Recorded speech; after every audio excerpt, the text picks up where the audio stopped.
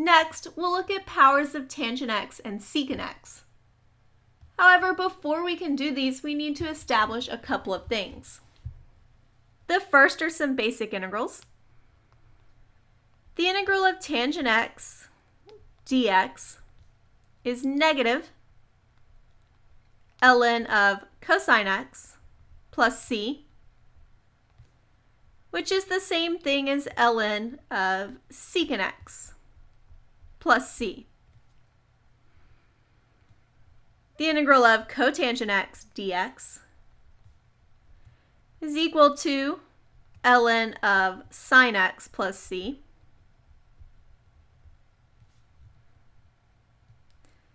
The integral of secant x dx is the natural log of secant x plus tangent x plus c. And then finally, the integral of cosecant x dx is negative ln cosecant x plus cotangent x plus c. Therefore, now we can use these four integrals. We already knew the integrals of sine and cosine, and now we have all 6 trig functions. We'll also go ahead and give our reduction formulas for tangent and secant. The integral of tangent to the nth power of x is equal to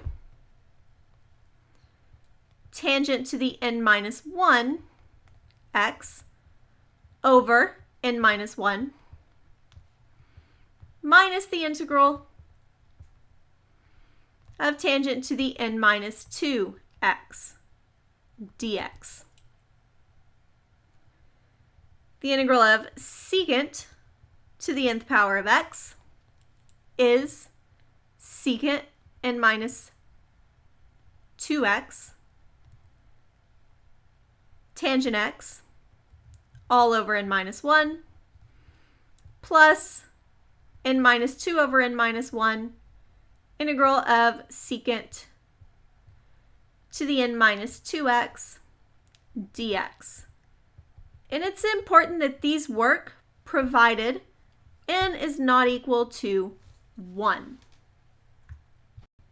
The first of our strategies here will be when secant has an even power.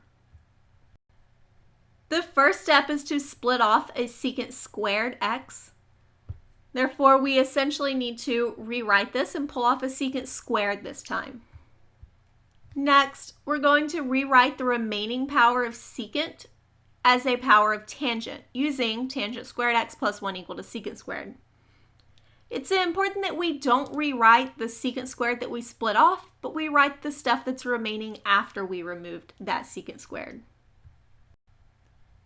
Finally, we do our u substitution where u is equal to tangent x.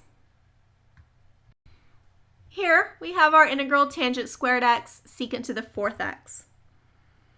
The first step is to break off a secant squared.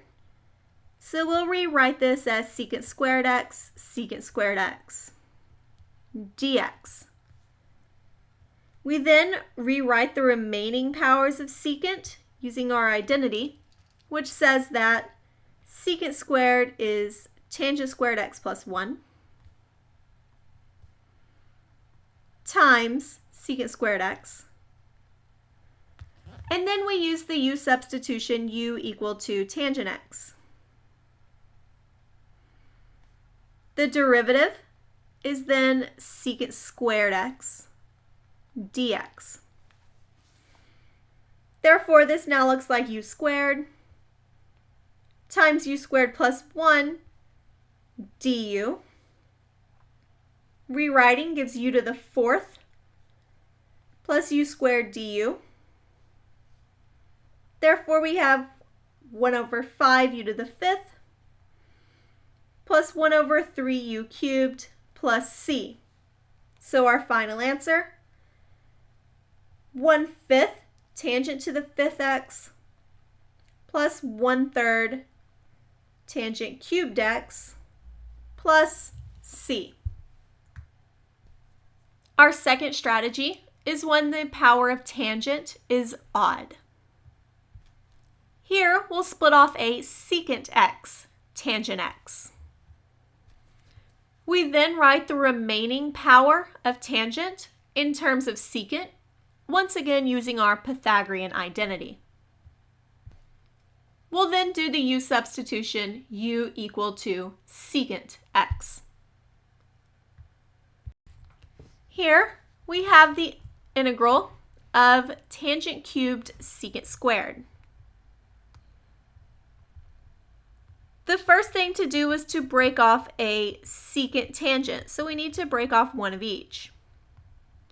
So we have tangent squared secant x times secant x tangent x dx. We then rewrite tangent squared, which using our identity is secant squared minus 1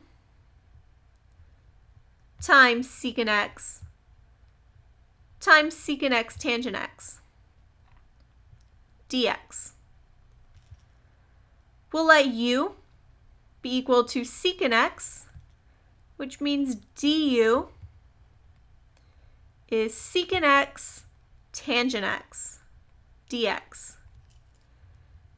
Therefore, this becomes the integral of u squared minus 1 times u du. Multiplying out gives u cubed minus u du. So we have 1/4 u to the 4th minus 1/2 u squared plus c. Therefore, our final answer, 1/4 secant to the 4th x minus 1/2 secant squared x plus c.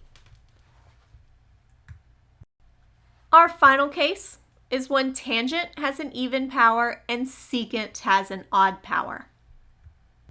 And essentially what we're going to do here is rewrite tangent in terms of secant using our identity, and then use things that we already know. Here we'll look at tangent squared secant x. We want to rewrite tangent squared as secant squared x minus 1 secant x dx.